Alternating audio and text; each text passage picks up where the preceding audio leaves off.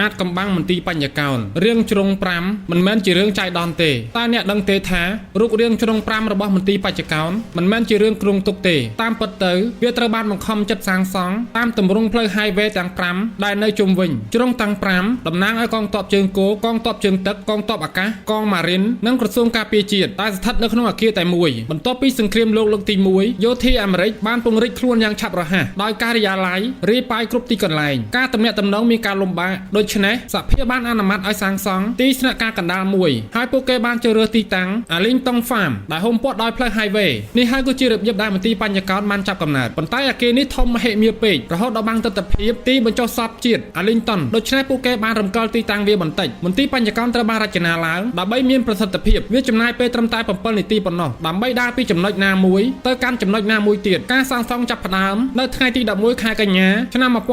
1941ហើយបន្ទាប់ពីការវាយប្រហារលើកំពង់ផែ Pearl Harbor 2ខែក្រោយមកគម្រោងនេះត្រូវបានពន្លឿននៅរួចរាល់នៅឆ្នាំ1943ទសវត្សរ៍ឆ្នាំ